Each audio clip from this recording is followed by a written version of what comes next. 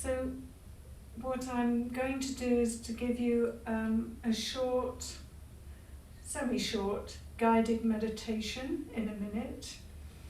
And I wanted to, and I've done notes for myself. I'll be pointing out and talking about self and yourself and ourselves in a way that I want you to hear it as referring to the widest possible way of knowing you. Often self is preceded by you should let go of yourself, or I must let go, any of those terms, which tends to come with a bit of a self-rap over the knuckles, or somebody else. It's like an accusation. You're hanging on to something, so let it go.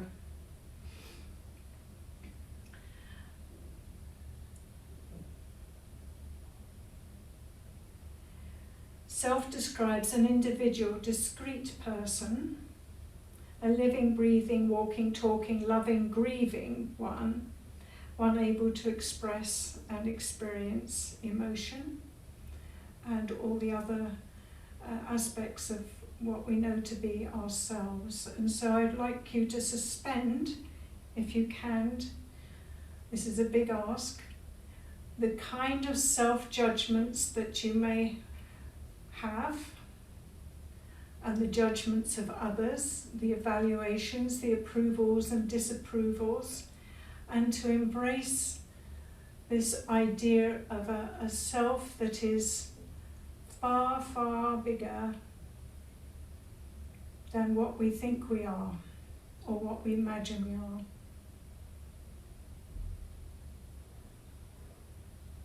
As I say here, you're vast, bigger than you can imagine. You know that, to know that fully, you have to fully know yourself.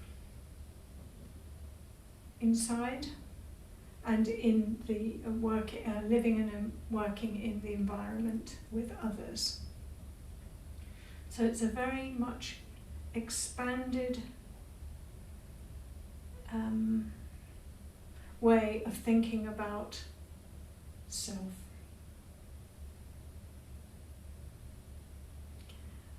I'm going to go and sit over there by the altar, which takes me away into a space, some distance from the screen, and I'll be talking to you all who perhaps can position yourself a little bit distant from your screen, maybe find your sitting place, and if not, that's fine, but the idea is that you engage with meditation and not the screen. There's a lot going on here in meditation, and you'll understand why I say this. In meditation, your senses are quite not being engaged with the outside world quite as it is now. So with that, I'll go and sit down.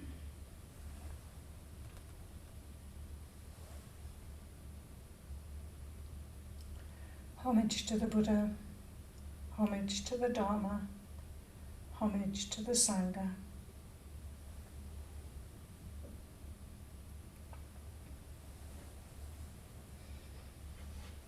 Here we all are sitting in Zazen.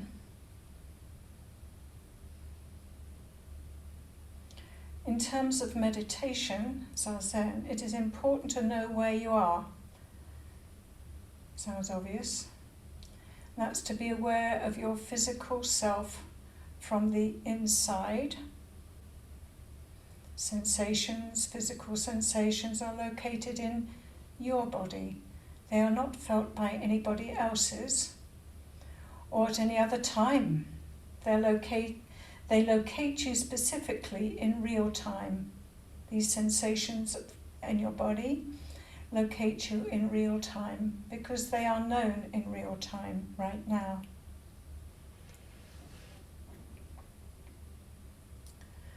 These will be very familiar instructions for guided meditation. It's a way to settle. So pay attention to the support you feel underneath your body. Attend to the details on points on your body that you can sense. Sense where there is a noticeable, identifiable sensation felt through your clothing. And there will be quite definable places, and I'll run through them now. So the back of you, if you do have something, your back resting on something, against a chair or a cushion, notice the softness, firmness. Your hands, and notice where your hands touch your body, maybe on your thighs, on a cushion. Maybe the backs of your hands that you can feel, and you notice your thumbs touching lightly, the hands being in the meditation mudra.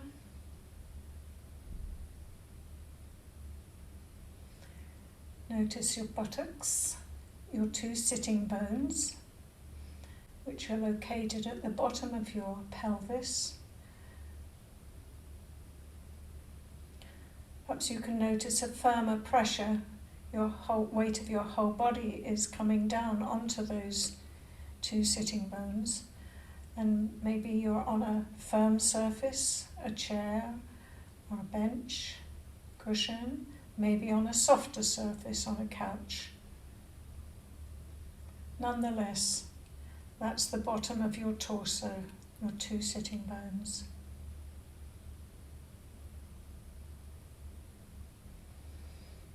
Now direct your attention to your legs, which incidentally are connected in to your torso.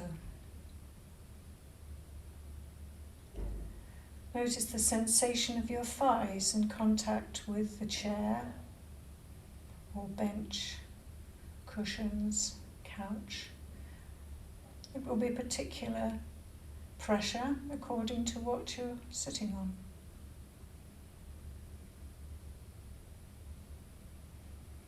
Now, in your mind's eye, notice the soles of your feet. Your feet may be touching the ground if you're sitting with your feet down, or maybe the tops of your feet if you're sitting on a bench, or the sides of your feet if you're sitting cross-legged. Notice where they touch support.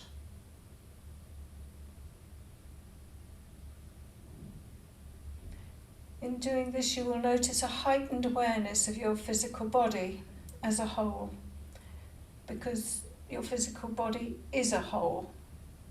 It's made up of parts, but actually we're endeavouring to connect with the whole.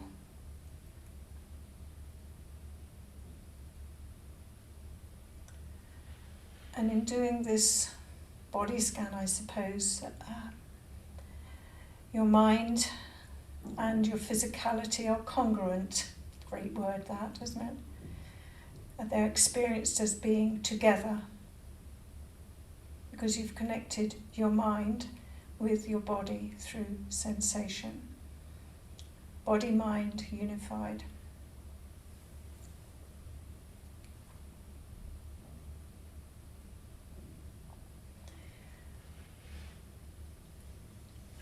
And this is part of Rules for Meditation, which I've expanded somewhat. So as you sit in formal meditation, it is especially significant that you note yourself as having a sense of location in space. It's very often missed that you are actually in a place. So as you pay attention to yourself in the way that we've just run through in detail, you will notice you are in a particular place physically. And this is confirmed by what you see, what's coming in through your eyes, what's in front of you, a plain wall perhaps, a cupboard, the carpet, the wooden floor. Allow that, what is coming in through your eyes to come in through your eyes. And also by what you hear. There is ambient sound that's coming in from outside of you. If I had the windows open here, I would be hearing the birds.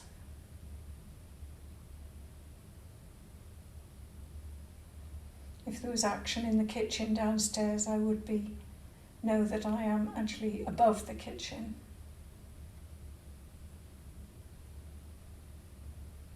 Your sense gates are open. In this instance, your eyes and your ears, and maybe your nose, maybe there's some odours coming your way. And you're not grasping any more than you are grasping after physical sensations, including the coming and going sensations of thoughts and emotions. Not grasping after memories and projections. Sending yourself into the past or the future.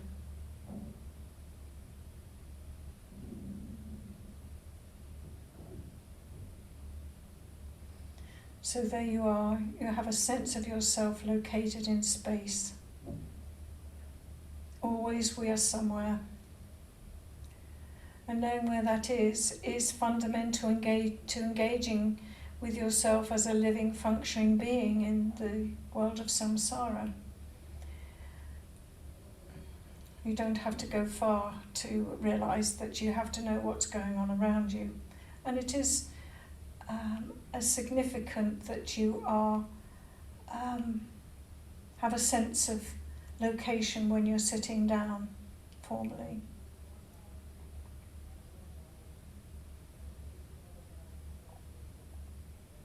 It helps, that tendency, I think we all have, is to go down the rabbit hole of one's own thinking.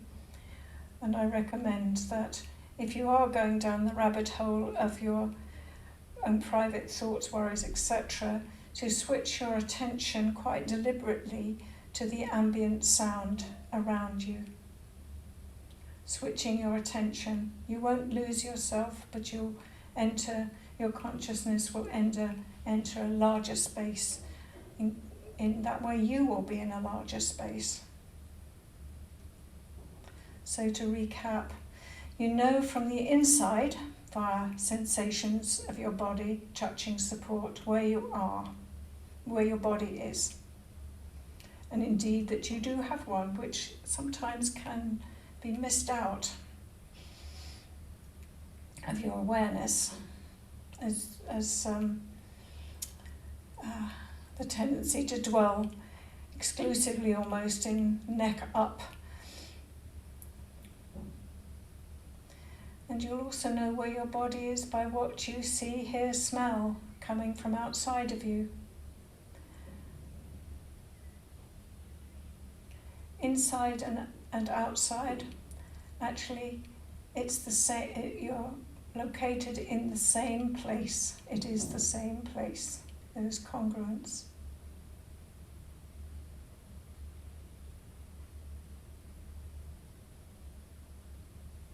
So there's correspondence, so that means two observations coming together that confirms you're exactly in this place. And I may be going on a bit about this, but I'll not apologise because there's reasons for this.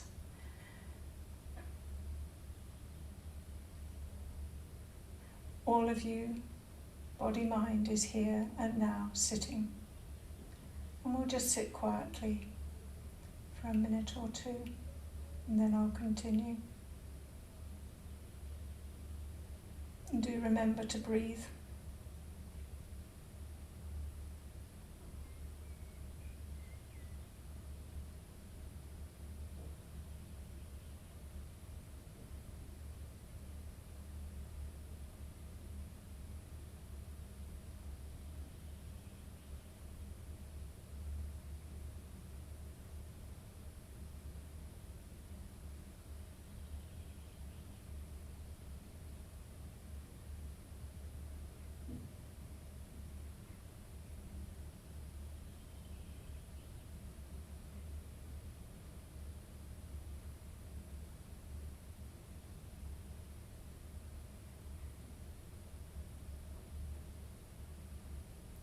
In formal meditation, Zazen,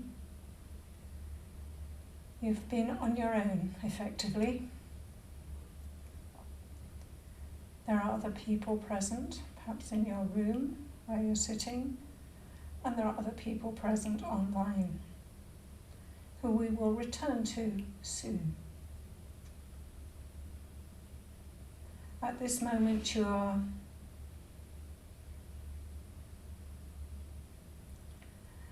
you know others are there, but you're not interacting with them, looking or speaking or anything. When sitting Zazen, you're on your own, alone in a particular place.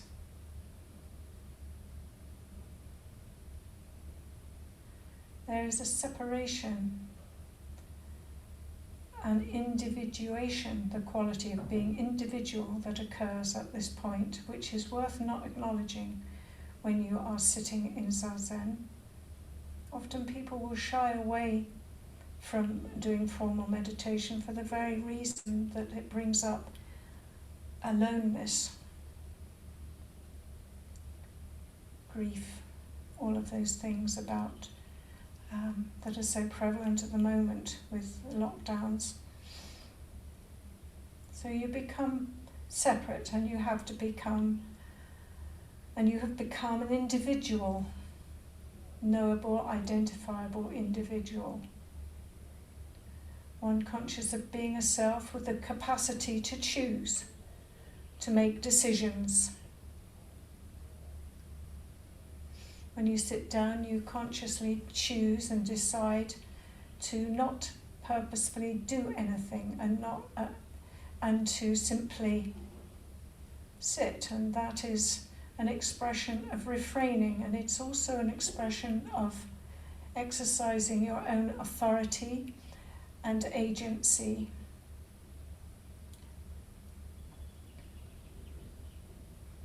So now I'll move closer to the screen and into the world of interaction. I invite you to do the same. Just a moment whilst I make my last points. Come as close as you want to the screen, or and if you haven't got your video on, that's fine too. So what I want to ask you is, as you move, see if you can notice the pull out of yourself and towards that which is going on, meeting people on screen. This is very normal, and it's an example, a real live example of what happens when you move from being on your own and then going into, I don't know, shopping, social situation. You don't have that fine awareness of being you, an individual. At any point you can choose to return to inside yourself as you move, as you get from your meditation place, and you will not lose track of what's before you.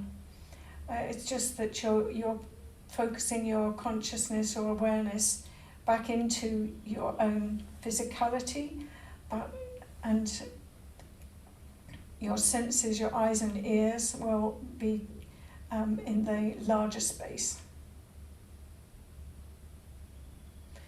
And it is important to be aware of the possibility of that choice at any time, that you can switch your attention back into yourself and not get lost in the shops or the screen or whatever it is that one can get lost in.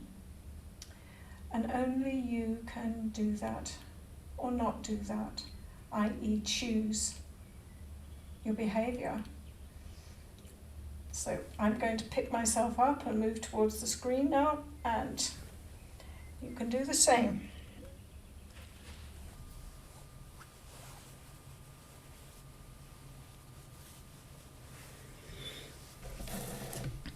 I've just got a short couple of paragraphs, and then I've got a story to illustrate what I've been talking about. Then I hope that we will have some time to take questions, reflections and all of that.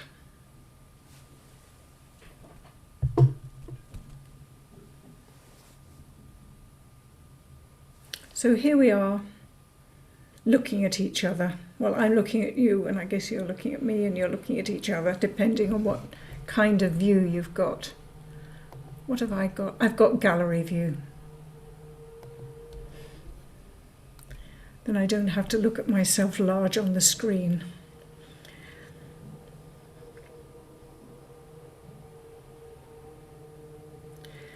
So I actually think it's important when we sit Zazen is to think it is worth acknowledging the sense of the awareness of one's separate identity.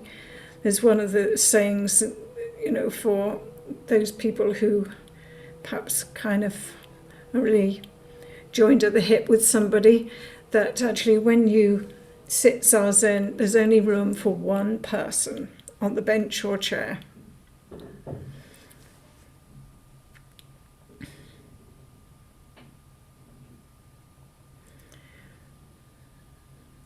So, and your own presence becomes apparent in a way that, when you sit, in a way that tends to get blurred when together with others in social situations such as this one, and I said that before.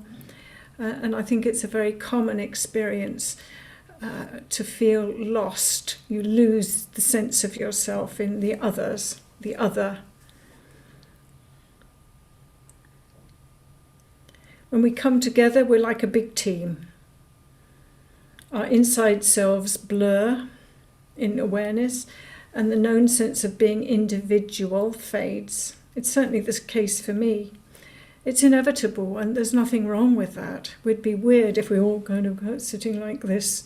I'm doing my zazen as we're talking about fish and chips or whatever it is. So yes, we merge, we lose track of ourselves as we get drawn out of the awareness of being individual. Interaction with out there inevitably results in our losing touch with ourselves. The trick is to keep flicking back in, or else we're a bit like a runaway horse and runaway something anyway. And quite frankly, when you're engaged in something that really draws you out, like, I'd say watching a film or something like that, you can even lose track of the room where you are, where you're located physically. You're pretty much in the telly. And in Zazen, you can just keep track of yourself. That's not much to keep track of, returning to yourself. Your constant presence is held in sustained awareness. I love that, sustained awareness. And I'd have to say, it's not so easy, really.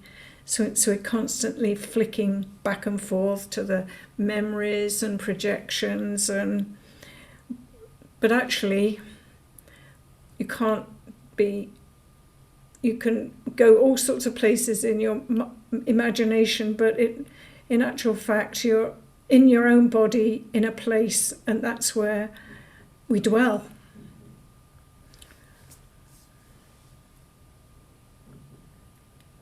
It's not an ideal, it's where, where we are, where we live.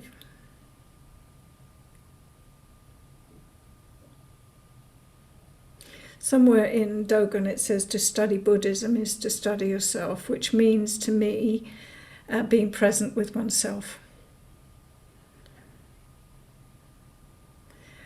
And the sense of being a self arises and passes throughout one's day. It's definitely, if you stub your toe, you'll go, oh, you'll definitely bring your attention to yourself. Or if somebody gets up the pole with you, or you get up the pole with them, or somebody tells you how much they care about you, this really brings the sense of being an individual self. But for the most part, that sense of oneself fades in the imperative, if that's the word, to get on with life, really. And I think there's a certain pleasure or satisfaction, I can't quite get the word, or whatever you might say, in being with oneself, be it formally in Zazen or informally, like sitting in a field, by the ocean, walking. I think we're drawn to that, drawn to be self-reflective beings, especially I think people who take up a religious practice, to have moments of reflection, of being with oneself, I call it.